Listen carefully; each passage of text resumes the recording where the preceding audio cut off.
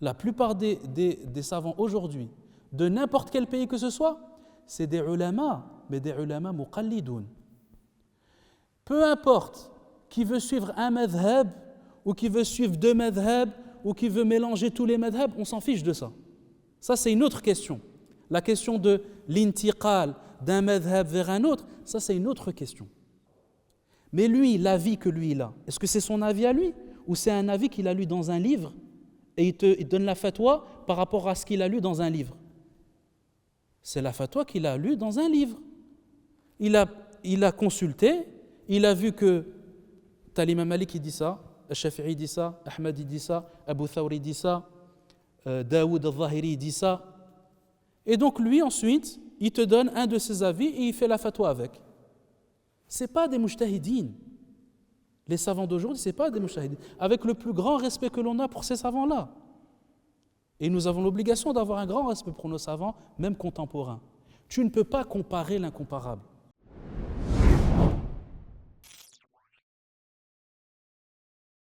Bismillah wa salatu wa salamu ala rasulillah, amma ba'd. أيها الإخوة أيتها الأخوات السلام عليكم ورحمة الله وبركاته.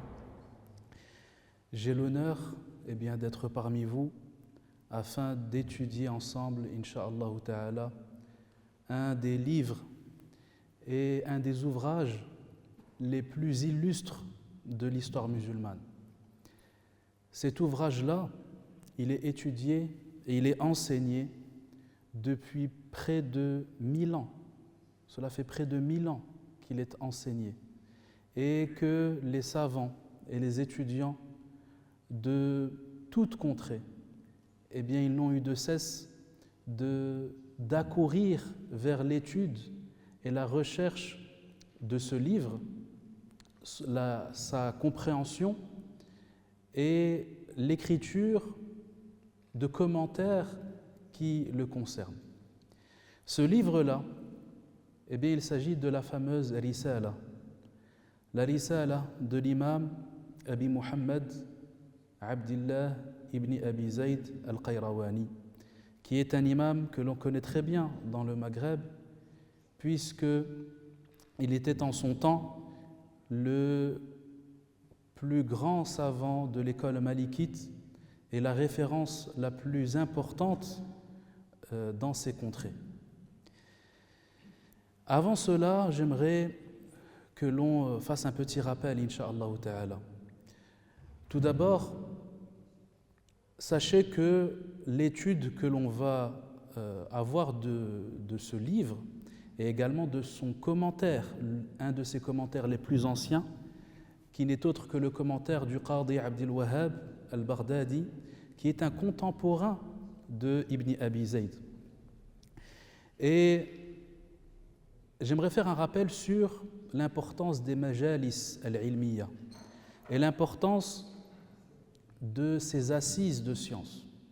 Parce que malheureusement, et notamment, en tout cas c'est l'impression que l'on a dans le monde francophone, c'est que depuis des années, de nombreuses années, on a été beaucoup habitué à de la vulgarisation, à de l'exhortation, ce qui est très bien évidemment, à des rappels religieux.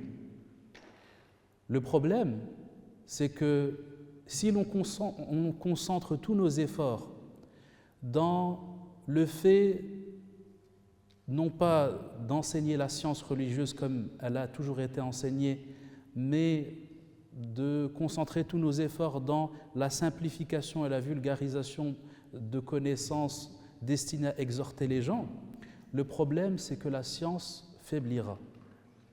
Et si la science faiblit, c'est la porte ouverte à de nombreux égarements, à de nombreuses innovations. Et les gens ne seront pas armés à préserver leur foi et à préserver leur religion. Même s'ils essayent d'être sur la religion d'Allah, d'être fidèles aux enseignements de l'islam, une personne qui n'a pas de science, ou qui n'a pas suffisamment de science, ou bien des gens qui ne possèdent pas d'imams suffisamment compétents et qualifiés, qui ont atteint un degré de science suffisant, eh bien, ils s'égareront, même s'ils veulent bien faire, même s'ils essayent d'être des adorateurs accomplis. C'est pourquoi il nous faut faire revivre ces assises. Les assises de science, on est arrivé à un niveau où, subhanallah, on est gêné d'enseigner la science. On est gêné. À chaque fois que quelqu'un souhaite, par exemple, se dit « je vais enseigner la science », eh bien, il se dit « les gens ne vont pas comprendre ». Les gens eh bien, ils sont intéressés par d'autres choses. On s'auto-censure dans l'enseignement de la science. On se dit « non, ce n'est pas pour eux ». Parce qu'on a trop habitué les gens à un certain confort. On veut mettre les gens dans le confort que le discours qu'on leur propose soit à leur niveau.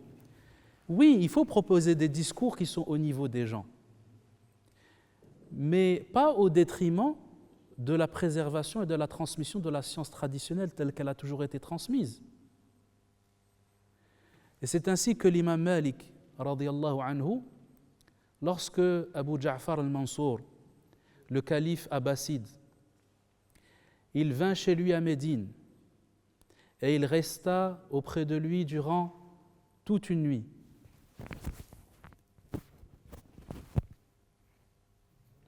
Il resta toute une nuit auprès de lui en train de discuter de sujets scientifiques.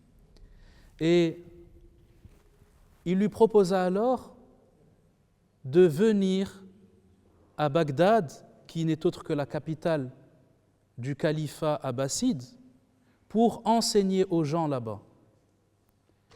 L'imam Malik, radiyallahu anhu, répondit alors, et il dit « Al-ilmu yu'ta wa la ya'ti » La science, on vient à elle, elle ne vient pas aux gens.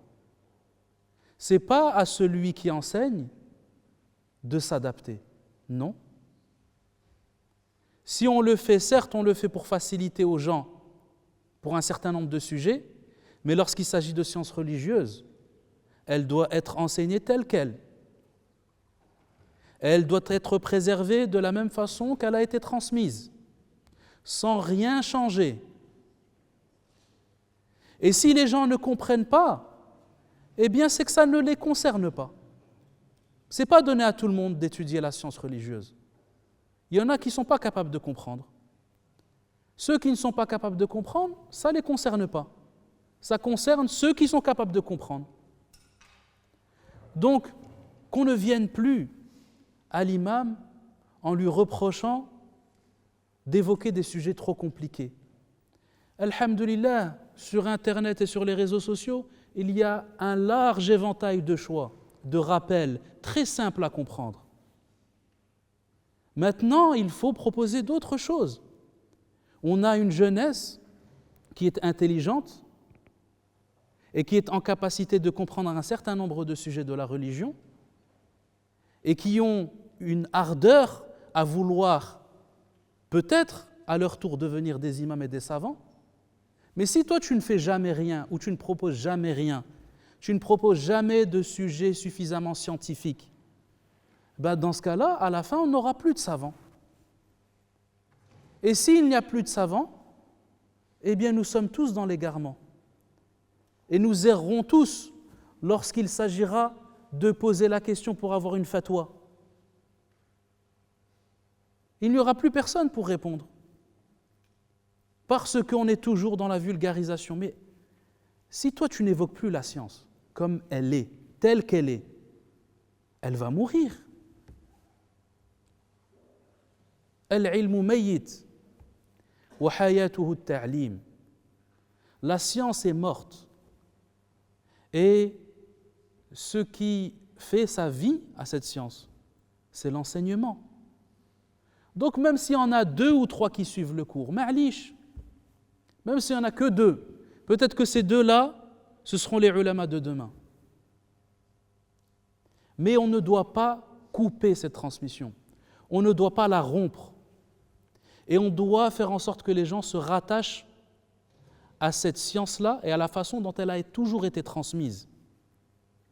Cette vulgarisation à outrance, elle ne fait qu'humilier la science. Elle ne fait que rabaisser la science. Alors qu'il nous est rapporté que les salaf salih, ils la révéraient, ils la respectaient tellement qu'ils ne se permettaient pas un certain nombre de comportements lors des assises. Ils ne se permettaient pas un certain nombre de choses lorsqu'il s'agissait d'étudier ou d'apprendre ces sciences ou de l'enseigner. Et c'est ça que nous devons réinsuffler à notre communauté et que l'on doit réinsuffler également dans le monde francophone. Parce que clairement, dans tout ce qui est proposé en langue française, il y a un manque. Certes, alhamdoulilah, il y a des instituts qui enseignent ces sciences religieuses, mais il n'y a pas suffisamment de cours scientifiques qui sont proposés dans les mosquées, et c'est l'objectif justement de ces assises, Inch'Allah. L'objectif, c'est de faire revivre la flamme de ces sciences, que les gens se rattachent à tous ces concepts, à toutes ces terminologies qui ont été transmises. Et pour cela, eh bien, il faut simplement suivre le modèle de nos anciens savants, tels que Ibn Abi Zayd et tels que le Qadi Abdul Wahhab, dont nous allons évoquer quelques éléments de biographie, Inch'Allah ta'ala. Commençons tout d'abord par quelques éléments qui concernent la biographie du Cheikh Abi Muhammad ibn Abi Zayd al-Qayrawani. Tout d'abord, il faut savoir que ce cheikh est né en 310 de l'Hégire. 310, donc, si on compare avec notre époque, nous sommes en 1446. Donc, c'était il y a plus de 1000 ans que celui-ci est né. En 310 de l'Hégire, c'est-à-dire à la sortie des 3 premiers siècles de l'islam. Les 3 premiers siècles qui ont été honorés par la parole du prophète sallallahu alayhi wa sallam lorsqu'il dit « Khayrul quruni qarni, thumma alladhina yalunahum, thumma alladhina yalunahum » c'est-à-dire la meilleure des époques est mon siècle, puis ceux qui viennent après, puis ceux qui viennent après. Donc les maîtres, les chouyours de Ibn Abi Zayd, ils faisaient tous partie des salaf as-salih. Et ils étaient tous des chouyours de la sunna, qui suivent la sunna du prophète sallallahu alayhi wa sallam à une époque où commençait à avoir un certain nombre de troubles et de divergences et de dissensions. Et il est né justement dans la ville de Al-Qayrawan, cette ville qui a été bâtie par les premiers musulmans arrivés au Maghreb, et notamment par le célèbre Uqba ibn Nafi'. Cette ville de science qui, dès l'époque des salafs, était déjà devenue une ville de science, une ville de connaissance, de shuyukh.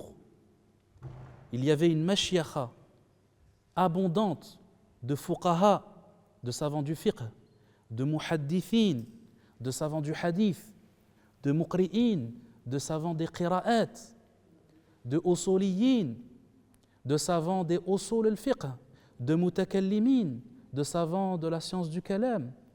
Il y avait des savants de toutes les disciplines.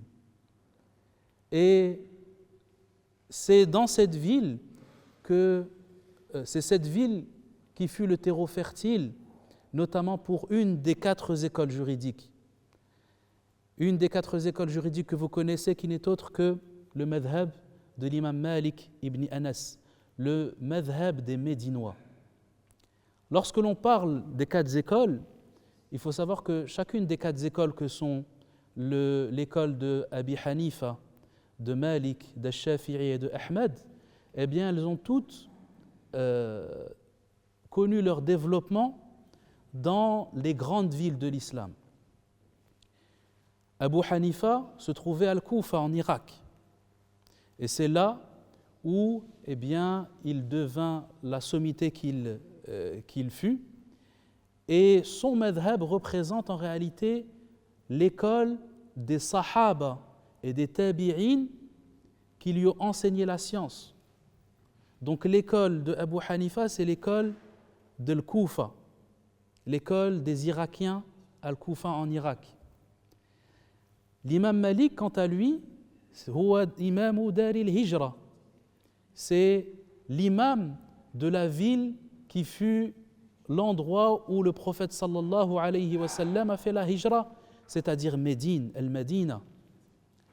Donc son madhab, son école, c'est l'école des compagnons et des tabi'in et des élèves des compagnons, des sahaba et des tabi'in qui ont transmis la science à Médine. C'est le madhab des Médinois. Et lorsque l'on donne un nom à ces différents madhahib, il y en a beaucoup, ils se trompent. Il y en a beaucoup, ils croient que quand on dit le madhab maliki, ou bien le madhab shafi'i, ou bien le madhab hanafi, ou bien le madhab hanbali, ils croient que c'est eux qui l'ont inventé. Non, c'est pas ça. C'est pas eux qui ont inventé ce madhab. Eux, c'est juste la personnalité qui, à une certaine époque, a été la plus connue pour transmettre ce madhab-là et cette école-là. Mais avant eux, ils avaient des professeurs. Ces 4 imams, ils avaient des maîtres, ils avaient des chouyours. Et ces chouyours-là, c'était les tabi'in, les élèves des compagnons, qui ont pris des sahaba et qui ont pris du messager d'Allah sallallahu alayhi wa sallam.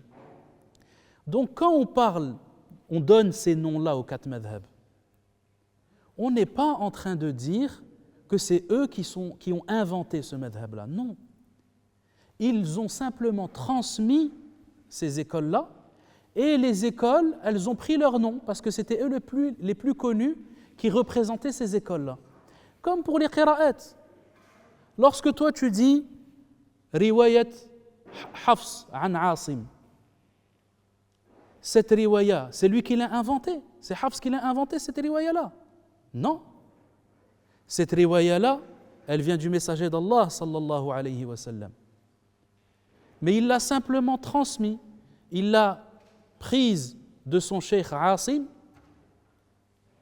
Ibn Abi Nujoud, qui à son tour l'avait étudié quant à lui d'après les tabi'in, qui l'ont étudié d'après les sahaba que sont Uthman, Ali, qui ont transmis cette lecture. Et ces mêmes sahaba l'ont transmis du prophète sallallahu alayhi wa sallam. Eh bien, c'est la même chose. Donc, quand on parle des écoles juridiques, ce ne sont pas des écoles innovées, ce ne sont pas des innovations, mais c'est la continuité de l'héritage des sahaba et des tabi'in qui se sont dispersés dans chaque contrée, dans chaque ville. Tu as des sahaba qui sont restés à Médine, tu as des sahaba qui sont partis à Al-Koufa, comme Ibn Mas'ud, tu as des sahaba qui sont partis au Sham, comme Abu Darda, tu as des sahaba qui sont partis en Égypte, comme Amr ibn Abi al-As, Amr ibn al-As. Et chacun, il a transmis ce qu'il a pris du messager d'Allah sallallahu alayhi wa sallam. Et chacun l'a étudié, et ça a construit une façon de comprendre les textes qui toutes sont fidèles au messager d'Allah sallallahu alayhi wa sallam.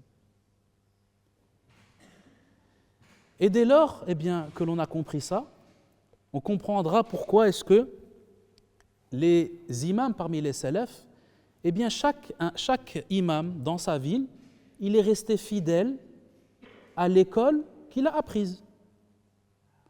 Donc, en Irak, on a continué d'enseigner, d'étudier l'école hanafite. À Médine, on a continué d'enseigner et d'étudier l'école malikite. Et ces écoles-là, elles se sont diffusées. Et les Maghrébins, les gens du Maghreb, le Maghreb al-Arabi, ils ont, la plupart d'entre eux en tout cas, tous étaient attirés par la ville du prophète sallallahu alayhi wa sallam.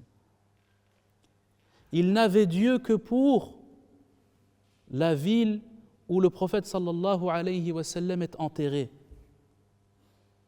Et c'est pourquoi ils n'avaient de cesse dans leur voyage que d'aller, de partir et de retourner dans cette ville à l'occasion des Umrah et des Hajj.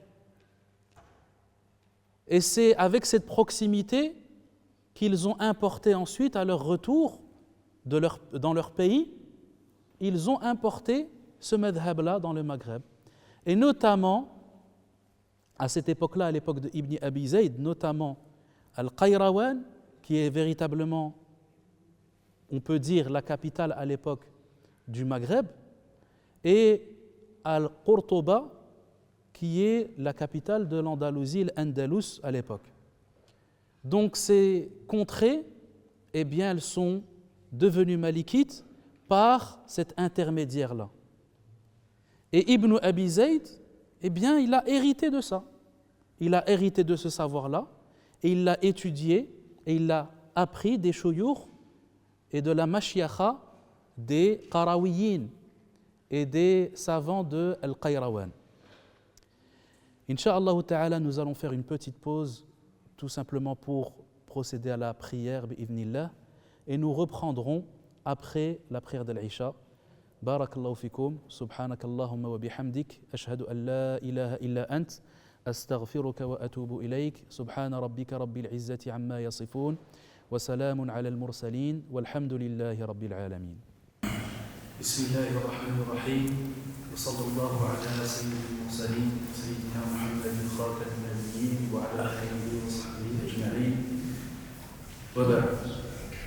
Nous reprenons, Inch'Allah Ta'ala, notre récit concernant la biographie de l'imam Ibn Abi Zayd.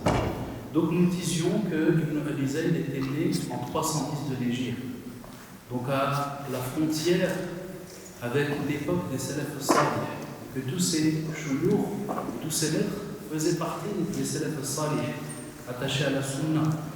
Et ils faisaient tous partie justement de Ahli Sunnati wal Jama'a. Et si je le précise, c'est parce que Ibn Abi Zayd est né à une époque trouble. Il est né à l'époque où il y eut la transition entre, en tout cas dans cette partie du Maghreb qui est dans l'actuelle Tunisie, à Qayrawan, une période de transition où le pouvoir abbasi et abbaside eh bien, fut remplacé par l'arrivée des Bani Ubayd. Les Bani Ubayd, ils sont connus surtout sous le nom des Fatimides, c'est-à-dire cette dynastie qui, elle, est chiite et qui a pris le pouvoir dans le Maghreb. Et cette dynastie-là, eh bien, elle va avoir un rôle dans le fait de contrecarrer ce qui était acquis jusqu'alors, eh bien, chez les gens de la Sunna qui, eux, étaient eh bien, tous d'obédience malikite dans ce pays. Et les Banu Ubayd vont tuer un grand nombre de savants. Et ils vont en emprisonner d'autres. Et ils vont avoir un pouvoir extrêmement dur et une politique extrêmement dure à l'encontre des Malikites et des savants Malikites, qui refuseront évidemment toutes les innovations et la doctrine ismaélite qui était imposée par les Bani Ubayd, puisqu'ils imposaient à leurs juges eh bien, de suivre leurs enseignements et leurs doctrines et de l'appliquer. Ce que les ulama de la Sunna et les savants malikites ont continué de refuser. Donc il a vécu dans ce contexte-là, donc c'est une période trouble, et c'est une période où eh bien, la mashyakha malikite de Qayrawan était en difficulté. Et ça, c'est un fait notable qu'il faut qu'il faut remettre en avant, parce que très souvent, beaucoup de gens pensent que si les quatre madhab, s'ils se sont diffusés dans les pays musulmans, ce serait parce que les hukam et les gouverneurs l'ont imposé. Ceci est faux historiquement. Bien au contraire.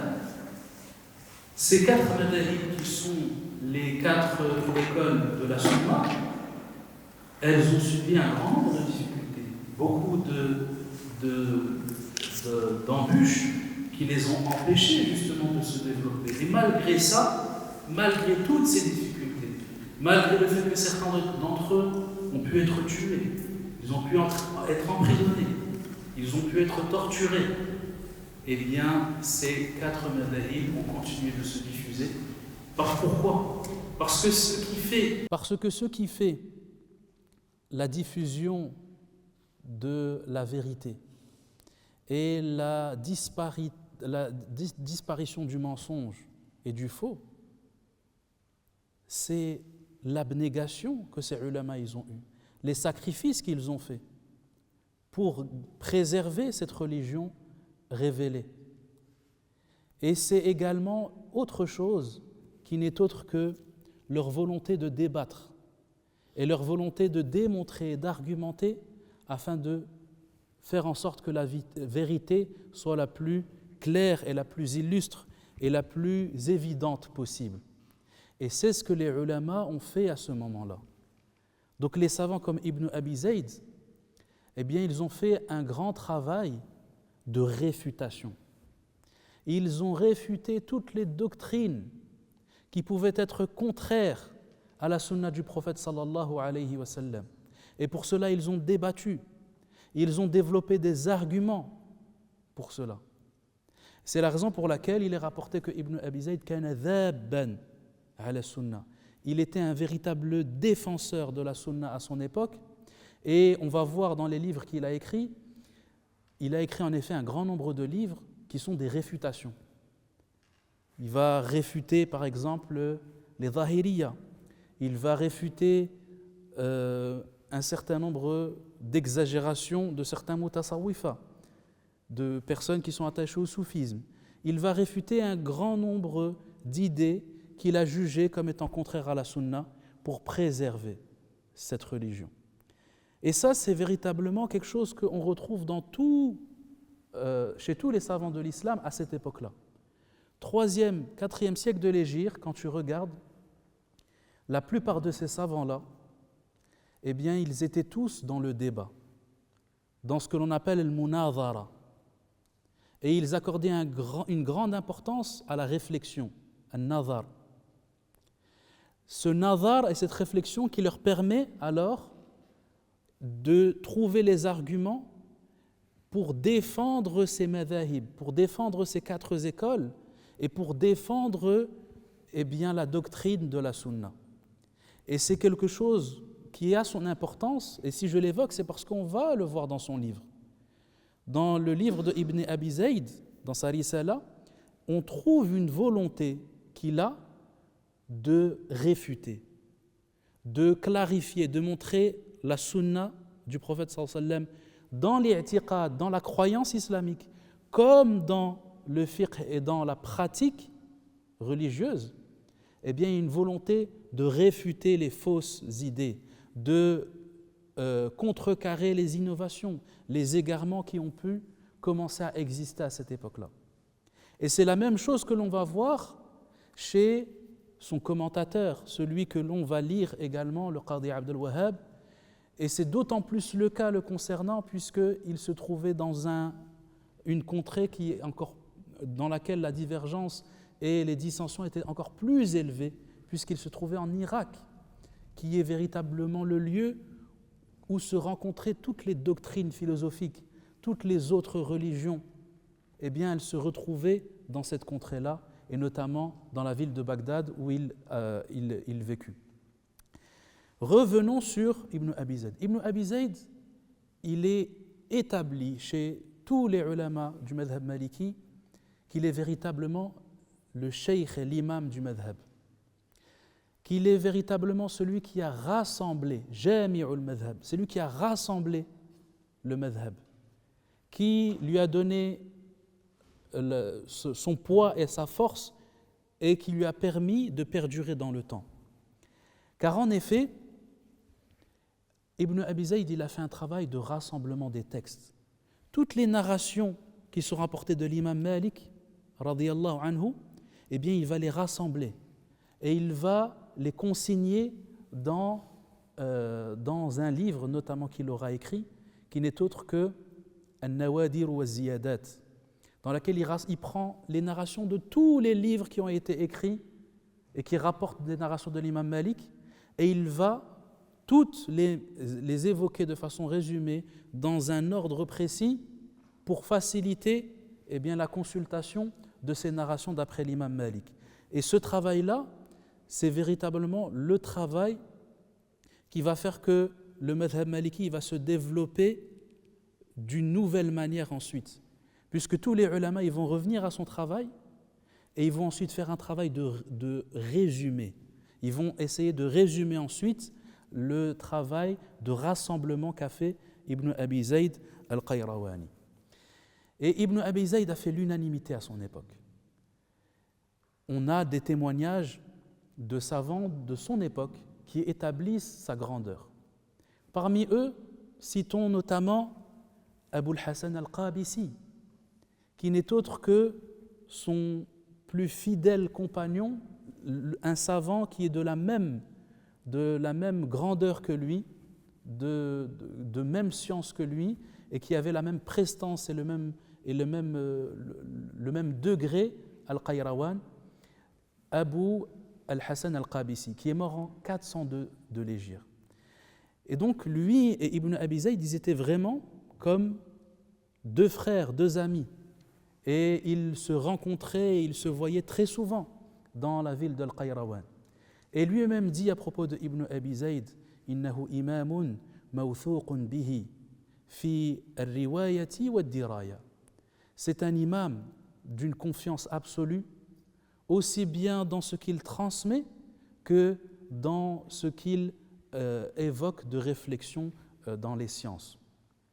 Donc il établit l'intégrité et la grandeur que cet imam Ibn Abi Zayd est. Parmi eux, d'autres savants de cette même époque, Abu Bakr al-Baqillani, qui lui est mort en 403 de l'Hégire, qui lui est un des plus grands savants de Bagdad à l'époque, et qui également est un savant du madhhab maliki.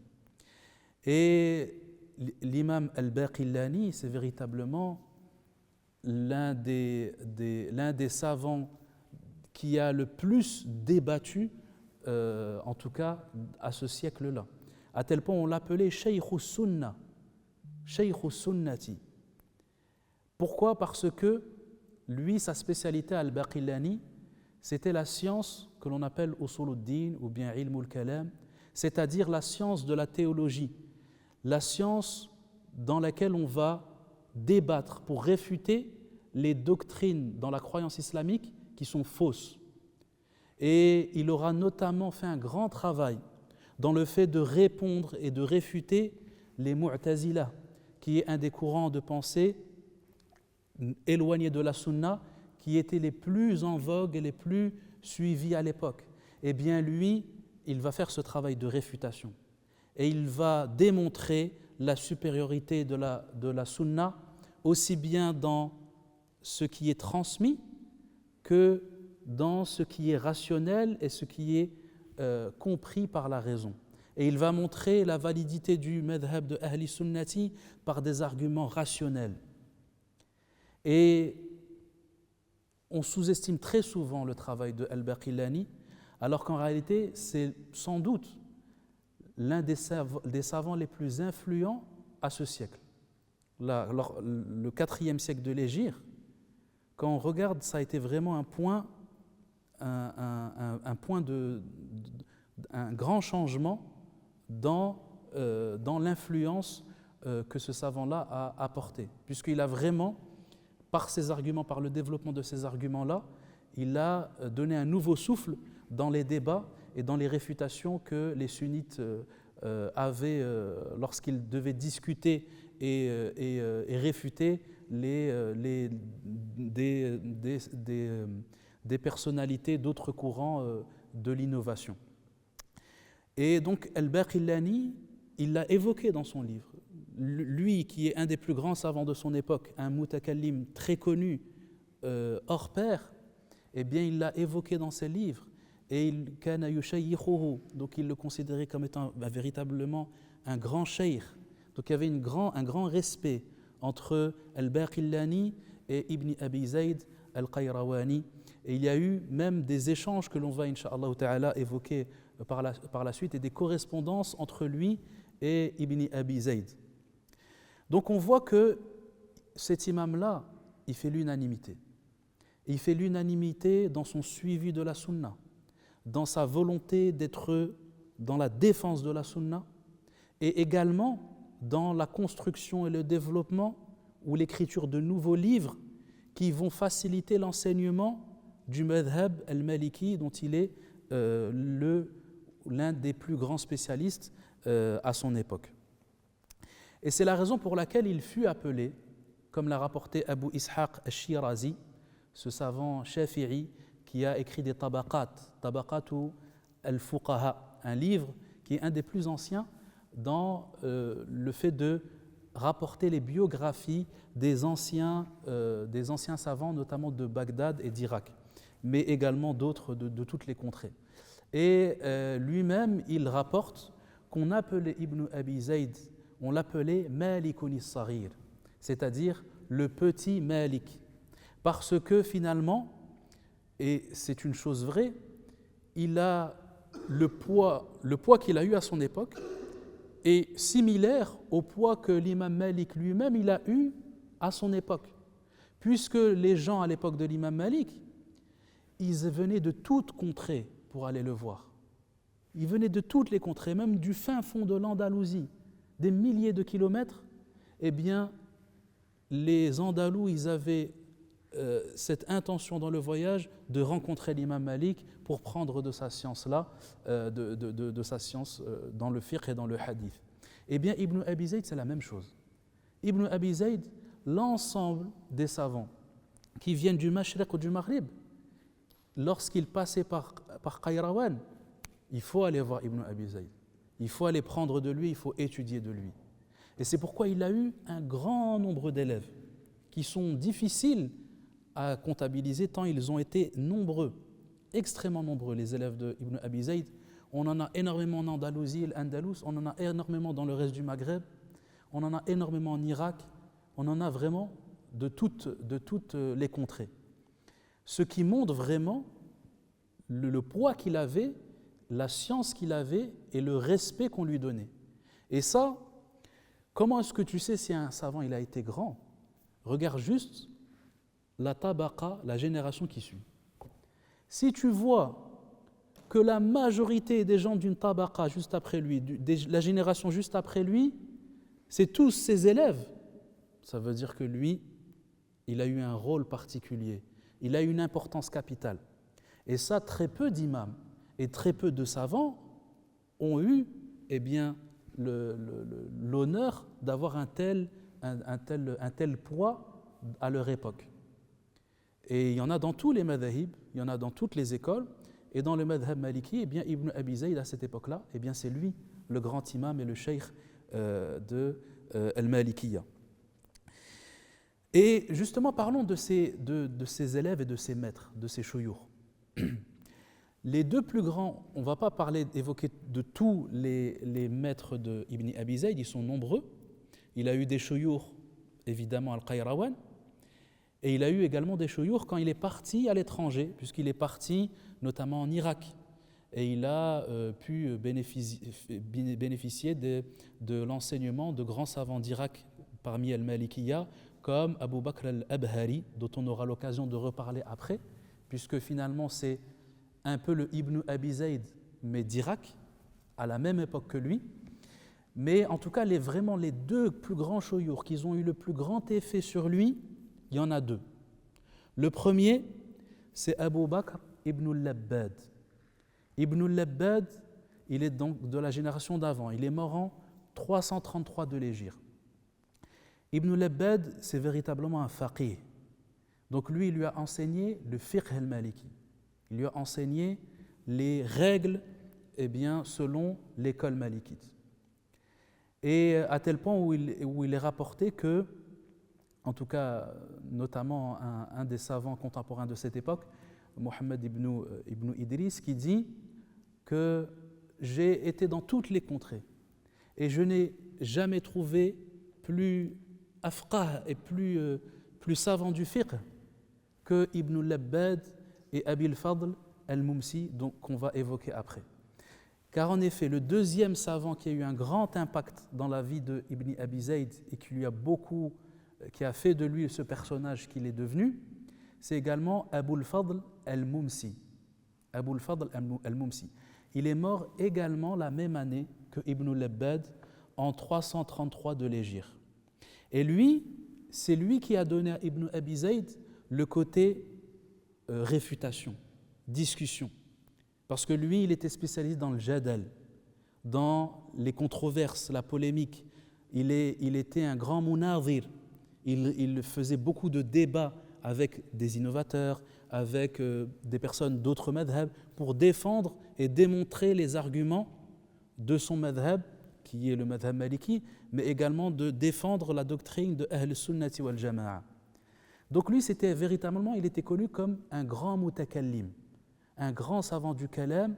Bien sûr, quand je dis du kalam, je parle du kalam sunni, du kalam qui défend la sunna. Parce que, attention, lorsqu'on parle de ilm al-kalam, vous avez les mutakallimun qui défendent leur innovation. Comme par exemple les premiers mutakallimin, c'était surtout les mu'tazila. Donc on les a nommés par ce terme-là parce que c'était eux qui au début voulaient discuter, réfléchir, étudier de façon rationnelle sur des sujets métaphysiques et qui concernent même des choses qui font partie du raïb de l'invisible ou des choses qui font partie des noms et des attributs d'Allah Ta'ala.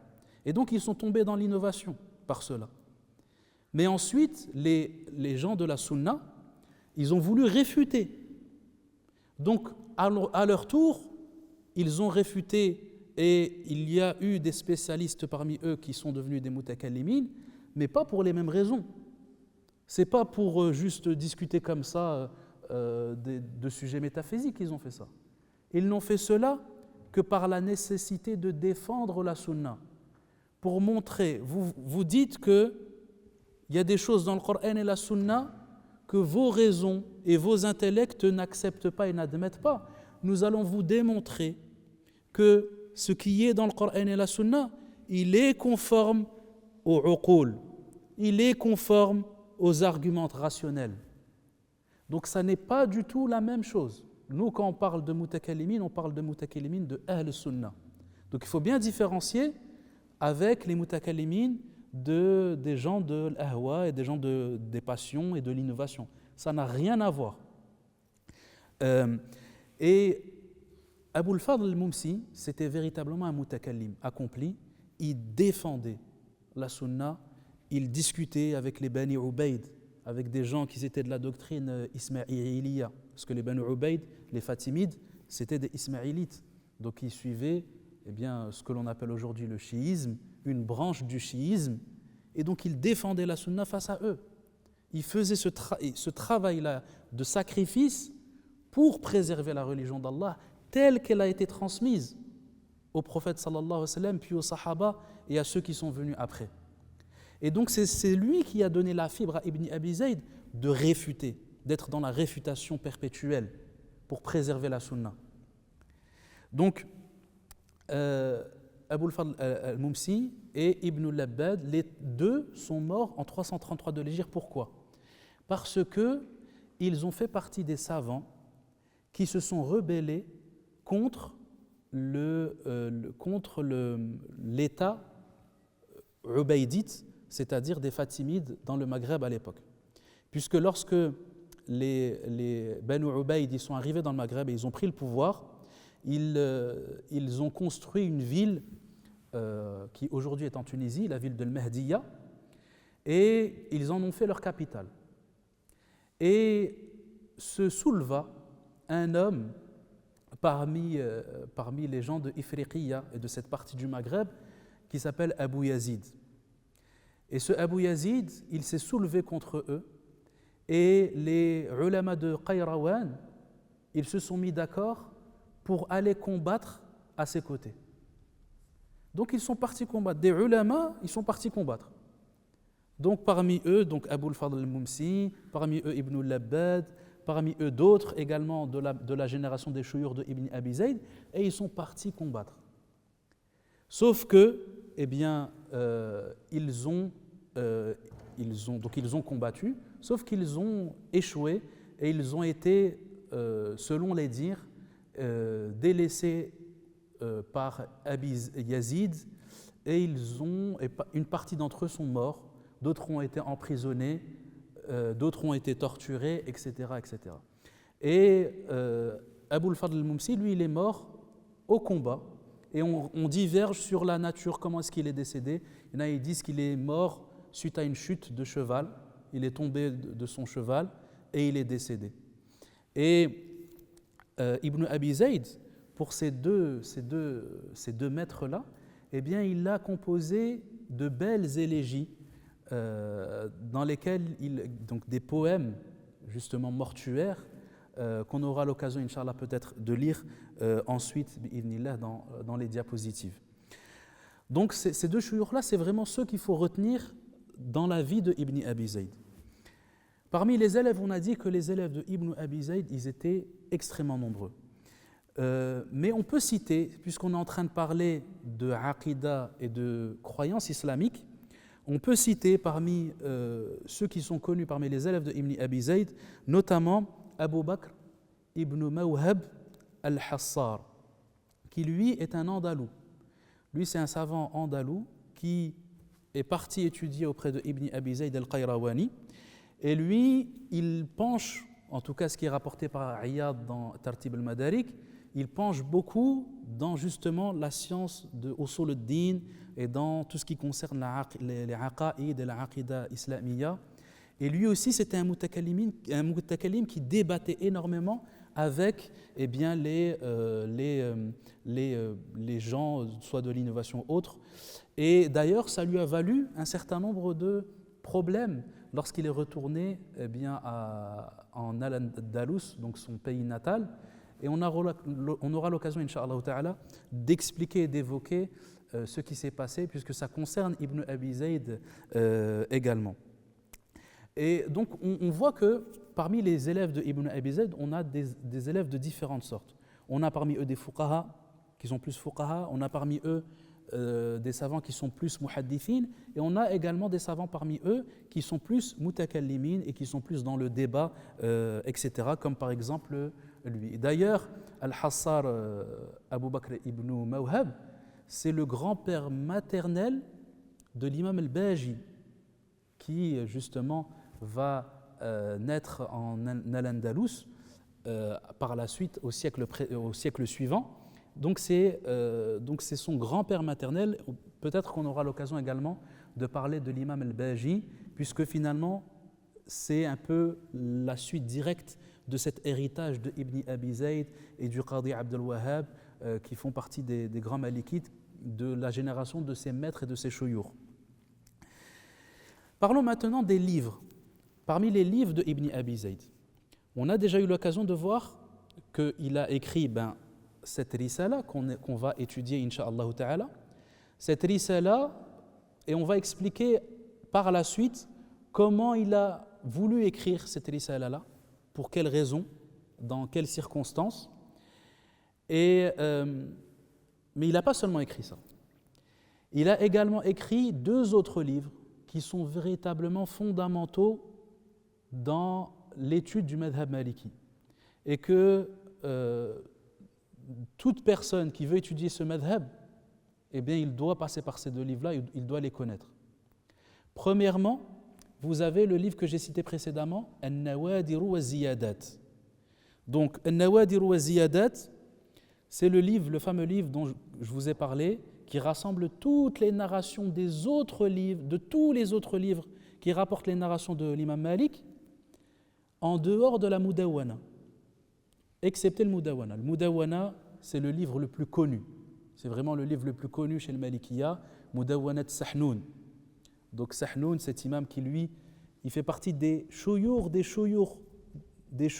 Ibn Abi Zayd, parce que lui, il est mort en 240 de l'Hégire. Lui, il fait partie des salaf salih, Sahnoun. Et lui, il a compilé des narrations de l'imam Malik dans son livre qui est intitulé Al-Mudawwanatul Kubra.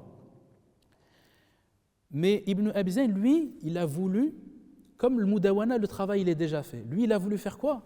Il a voulu prendre tous les autres livres des Malikiya et faire un deuxième livre où il y a tout, en plus de la Mudawwana. Comme ça, le Bahith, celui qui cherche dans le madhab, ou qui cherche une narration, il a besoin de deux livres en fait. Il a besoin de le Mudawwana et il a besoin de An-Nawadir de Ibn Abi Zayd. Et c'est en ce sens que nous avons dit précédemment que Ibn Abi Zayd est véritablement le Jami', celui qui a rassemblé le madhab al-Maliki et toutes les narrations restantes de l'imam Malik. Et également, vous avez un troisième livre qui est aussi important, qui a eu autant d'impact à l'époque, c'est le livre intitulé Mukhtasaru al-Mudawwana. Ibn Abi Zayd, il a ensuite fait un résumé de la Mudawwana de Sahnoun. Il l'a résumé et il en a fait un livre plus petit, plus condensé, pour être plus facile à apprendre pour les étudiants. Et ces deux livres-là, en plus de la Risala, ça fait donc 3 livres, ce sont vraiment les 3 livres qui ont eu le plus d'impact à l'époque de Ibn Abi Zayd, à tel point où les gens étaient demandeurs de ces livres. On sait que, par exemple, Ibn Mujahid, le célèbre savant mutakallim maliki, qui était un des ashab de l'imam al-Ash'ari, eh bien lui, Ibn Mujahid, il a demandé l'ijaza sur le Nawadir et sur l'ikhtisar de la Mudawwana. Il a demandé l'ijaza, il a envoyé une lettre et il a demandé l'ijaza à Ibn Abi Zayd al-Qayrawani. Et ensuite, Ibn Abi Zayd, il a répondu positivement à cette demande. D'ailleurs, on a des retranscriptions de ces lettres-là dans certaines biographies de Ibn Mujahid. Et il lui envoie des manuscrits. Il lui envoie des manuscrits, un manuscrit de An-Nawadir, et il lui dit qu'il va envoyer 2 de ses élèves qui vont lui rapporter les manuscrits de An-Nawadir et de Ikhtisar al-Mudawwana. Et parmi d'ailleurs ces élèves-là, un des élèves qui sont cités ici, donc Abu Bakr ibn Adhra, eh bien, il est parti prendre ces livres-là et les transmettre à Ibn Mujahid, qui également, comme Al-Baqillani, était un grand savant mutakallim. En fait, c'est le cheikh de Al-Baqillani, et notamment dans la science du kalam sunnite qu'on a vu précédemment. Donc, Ibn Abi Zayd, on voit que ces livres, ils ont eu un grand impact. Mais il n'a pas écrit que ça. Il a écrit plein de rasaïl, de réfutations.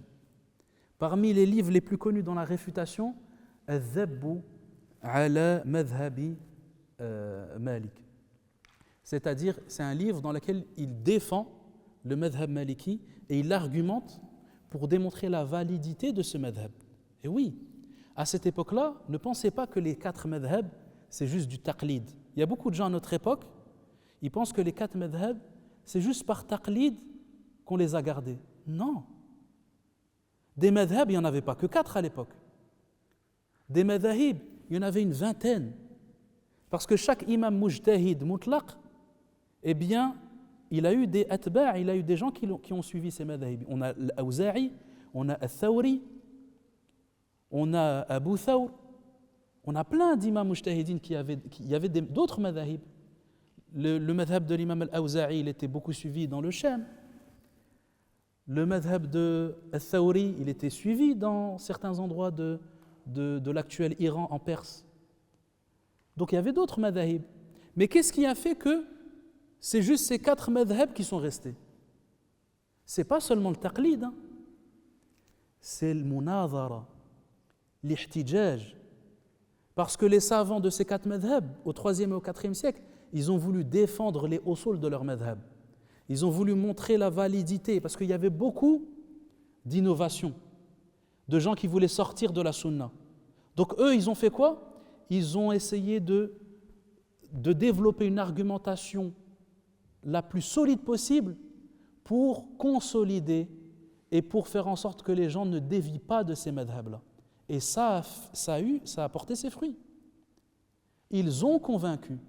C'est pour ça qu'aujourd'hui, toutes nos contrées, elles suivent ces 4 madhabs. Parce qu'ils ont convaincu les gens à leur époque. Ils ont fait un travail d'argumentation. Ils ont réfléchi. Ils ont utilisé leur réflexion pour démontrer que ce que dit l'imam Malik ici, la preuve qu'il utilise dans le Coran et la Sunna, elle est valide. Et même, c'est ce qu'il y a de plus pertinent. Et chacun, il a fait selon son madhab. Les Ahnaf, ils ont fait le même travail. Les Hanafites, ils ont fait le même travail. Les Hanbalites, ils ont fait le même travail. Les Shafi'ites, ils ont fait le même travail. Chacun, il a défendu son madhab par rapport à ce que lui, ses convictions. Et c'est ça qui a préservé la sunna. Et c'est ça qui a préservé ces 4 madhabs.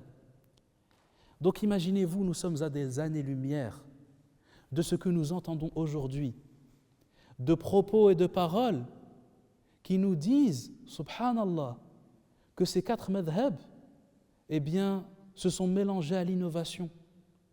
Ou bien ils n'ont plus rien à voir, ils se sont éloignés avec la sunna du prophète sallallahu alayhi wa sallam. Mais qu'est-ce que c'est que cet égarement? Qu'est-ce que c'est que cet égarement?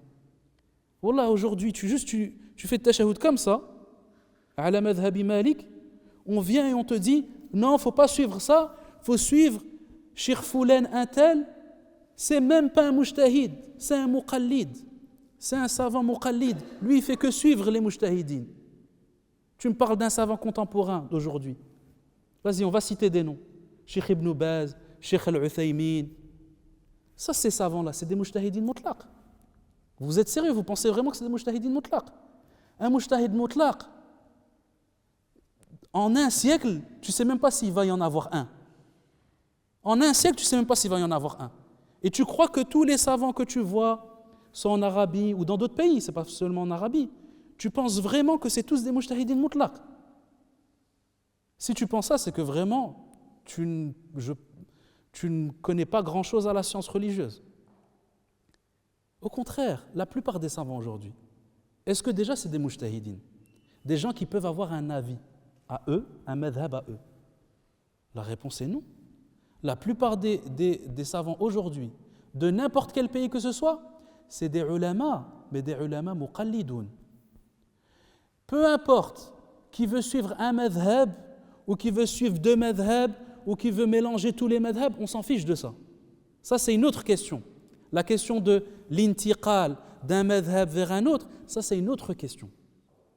Mais lui, l'avis que lui il a, est-ce que c'est son avis à lui, ou c'est un avis qu'il a lu dans un livre et il donne la fatwa par rapport à ce qu'il a lu dans un livre? C'est la fatwa qu'il a lue dans un livre. Il a consulté, il a vu que t'as l'imam Malik qui dit ça, Al-Shafi'i dit ça, Ahmad dit ça, Abu Thawri dit ça, Daoud al-Zahiri dit ça. Et donc lui ensuite, il te donne un de ses avis et il fait la fatwa avec. Ce n'est pas des mujtahidines. Les savants d'aujourd'hui, ce n'est pas des mujtahidines. Avec le plus grand respect que l'on a pour ces savants-là.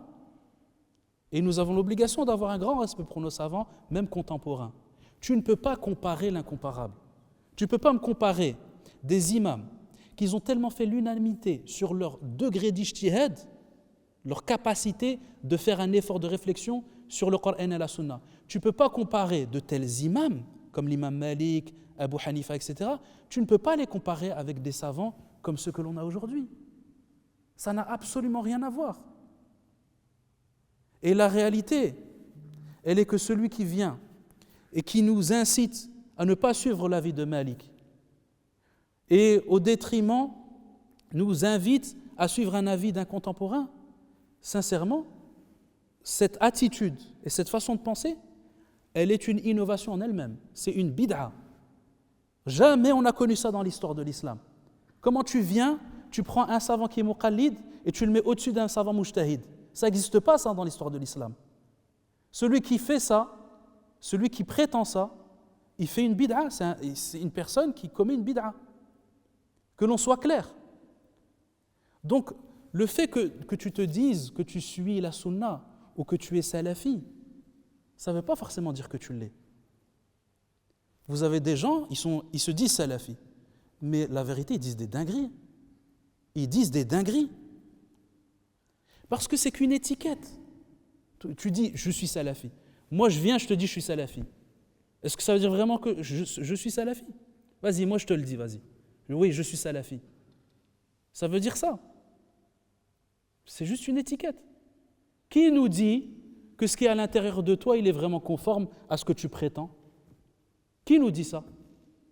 Je sais pas, par exemple, quelqu'un, il vient, il te dit, tu vois, nous, on suit les salafs, il faut que, tu vois, eux, ils sont dans la bid'a, il ne faut pas les suivre. Qui me dit que toi, qui te présentes comme étant quelqu'un qui suit les salafs, qui me dit que véritablement tu les suis? Donc, véritablement, il ne faut pas regarder l'apparent. Il ne faut pas regarder les étiquettes. Aujourd'hui, il y a beaucoup de caricatures. Il y a trop de caricatures. On dirait qu'il faut qu'on te place dans une case, tu dois rentrer dans cette case, bessif, on te met dans la case. Mais ce n'est pas comme ça que ça marche. Tu as des gens, ils peuvent avoir des prétentions qui sont contraires à ce qu'ils sont réellement. Tu as des gens qui, par ignorance, ils commettent des égarements sans le savoir. Même si eux, ils sont de bonne volonté, peut-être ils veulent avoir un attachement avec la sunna, mais peut-être qu'ils font des erreurs. Donc tu ne peux pas placer et mettre n'importe qui, tout le monde dans une case comme ça. Mais il nous faut être objectifs. Et donc justement, ce que je disais par rapport au livre de Ibn Abi Zayd, c'est que les plus connus, ce sont ces trois-là que nous avons cités, et il y en a bien d'autres dont le temps ne nous permet pas de tous les citer, mais retenez en tout cas que la plupart d'entre eux, c'est des livres vraiment de réfutation. Il a réfuté beaucoup d'innovations à son époque, rahmatullahi alayhi. D'ailleurs, ceci lui a valu des problèmes.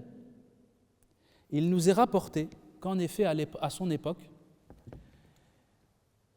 un savant du nom de Abdurrahman as-Siqilli, qui est un savant qui est très soufi, donc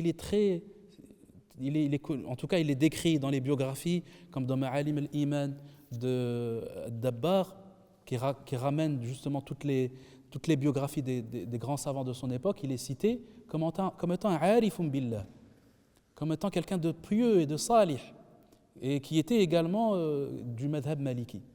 Et ce Abdurrahman as-Siqilli, qui est un savant de Sicile, parmi les malikites de Sicile, il a écrit un livre dans lequel il rapporte un grand nombre de karamat. Les karamat, ce sont les choses extraordinaires que Allah Ta'ala peut attribuer et donner comme don à une personne qui est un wali salih. Et donc c'est toutes choses extraordinaires, comme par exemple le fait de marcher sur l'eau, ou le fait d'être invisible aux yeux d'ennemis, ou ce genre de karamètes-là. Et il a rapporté un grand nombre de karamètes, mais dont certaines peuvent poser problème ou sont exagérées. Et du coup, Ibn Abi Zayd, il a écrit une risala qui s'appelle l'Istidhar, dans laquelle il réfute certaines des karamètes qui sont rapportées par Abdurrahman as-Siqilli. Et ce qui s'est passé, c'est que les gens, ils ont mal compris ses propos. Lui, il voulait juste critiquer, en tout cas réfuter certaines karamètes qui sont exagérées selon lui. Mais, eh bien, ça n'a pas été compris comme cela. Et un certain nombre de savants se sont levés contre lui en pensant qu'il niait les karamètes, il niait l'existence des karamètes, ce qui est faux et ce qu'il n'a pas dit. Et justement, cette mauvaise compréhension, elle a fait que beaucoup de savants de différentes contrées, des muhaddithin, des grands muhaddithin, notamment de l'Andalus et de l'Irak, ils ont écrit des livres pour réfuter ce qu'ils prétendaient, ou ce qui était prétendu de lui en tout cas. Parce qu'en effet, le fait de nier les karamètes, ça c'est pas le madhab de Ahl Sunnah. Ahl Sunnati wal Jama'a, ils affirment l'existence des karamètes. Oui, quelqu'un qui est wali et qui atteint ce degré de piété, il peut venir avec des choses extraordinaires et des choses que l'on peut attester de lui et que l'on a pu voir. Et c'est pour ça que tous les grands ulama, souvent ils rapportent de leur shouyour des choses qu'ils ont vues qui sont incroyables, véritablement incroyables. On a des karamètes qui sont rapportés même de Ibn Abi Zayd, de Abu al-Hassan al-Qabisi, de grands ulama. Et donc, parmi ceux qu'ils ont réfutés, on a notamment Abu Omar al-Talamanki, qui est un des plus grands muhaddithin à l'époque de Ibn Abi Zayd, fil Andalus. Lui, il était dans fil Andalus. Parmi ceux qui ont répondu également, eh bien, Al-Baqillani, qu'on a cité précédemment. Donc, rappelez-vous, on a dit Al-Baqillani, c'est un des plus grands mutakallimin de son époque dans le madhab de Ahli Sunnah, et il a répondu à Ibn Abi Zayd. Sauf que, i'tadhara lahu, il a trouvé des excuses pour lui et il n'a pas cru que Ibn Abi Zayd prétendait cela, bien évidemment. Donc il a écrit son livre, mais aussi pour le défendre, pour montrer que c'est faux ce que l'on dit sur lui.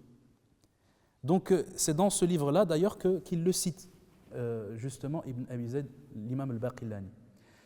Et toujours est-il que ce que voulait dire Ibn Abi Zayd, c'est uniquement réfuter l'exagération dans certaines karamètes qui sont rapportées. C'est uniquement ça qu'il a voulu réfuter. Mais sinon, lui-même, il rapporte des karamètes de son propre cheikh, ou notamment d'une personne qu'il accompagnait énormément, d'un grand pieux, qui s'appelait Abu Ishaq al-Saba'i. Et Abu Ishaq al-Saba'i, eh bien, c'est un des compagnons de Ibn Abi Zayd. Il restait énormément avec lui parce que c'était une des personnes les plus pieuses de l'Qayrawan. Un grand pieux. Et lui-même, il rapporte des narrations Ibn Abi Zayd où Abu Ishaq al-Saba'i a fait des karamètes ou bien des événements où il y a eu des karamètes de sa part. Donc ça montre qu'il ne renie pas les karamètes. Le fait de renier les karamètes, c'est le madhab et c'est le courant des Mu'tazila. Les Mu'tazila, ce sont eux qui renient les karamètes. Et pour cela, eh bien, ils renient un certain nombre de textes qui sont clairs dans la sunna et qui établissent leur existence et qu'on ne peut nier. Ahl sunnati, ils affirment les karamètes, mais sans exagération et en vérifiant les informations. Parce que ça peut être inventé, c'est vrai. Il peut y avoir des récits qui sont exagérés ou qui sont rapportés de façon erronée ou de façon fausse, ou dont le isnad il est daïf, ou dont la chaîne de transmission est faible. Donc évidemment que si tel est le cas, on ne considérera pas ces karamètes-là. Et même il y a tout un chapitre qu'il faudrait évoquer en ce qui concerne les karamètes, puisque ce n'est pas toute personne qui vit avec quelque chose d'extraordinaire qui fait des karamètes.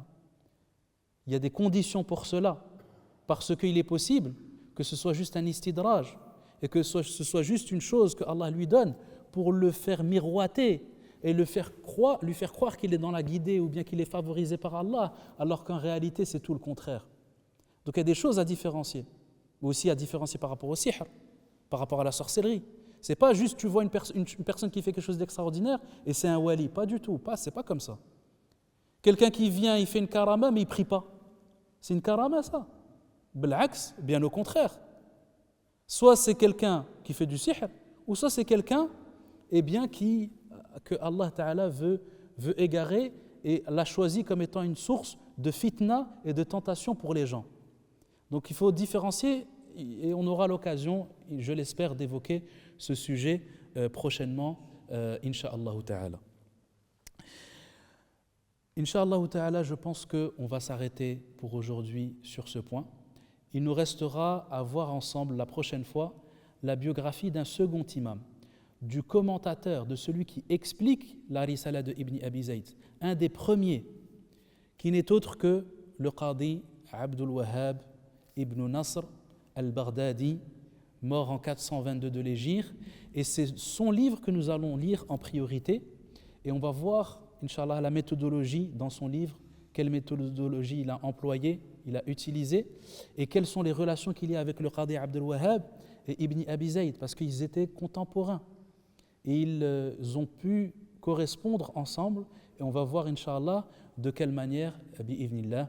Barakallahu fikum d'avoir assisté à cette première, et j'espère que par ce premier cours, en tout cas nous demandons à Allah Ta'ala de mettre la baraka dans la suite de l'étude de ce livre et qu'il nous permette de le terminer et d'acquérir un savoir profond sur la aqida que tout musulman doit connaître et que avec laquelle tout musulman doit croire avec le cœur, mais également par la pratique avec ses membres et avec sa langue, et prononcer avec sa langue. نسأل الله تعالى أن يثبتنا على سنة حبيبنا محمد صلى الله عليه وسلم. سبحانك اللهم وبحمدك نشهد أن لا إله إلا أنت نستغفرك ونتوب إليك. سبحان ربك رب العزة عما يصفون وسلام على المرسلين والحمد لله رب العالمين.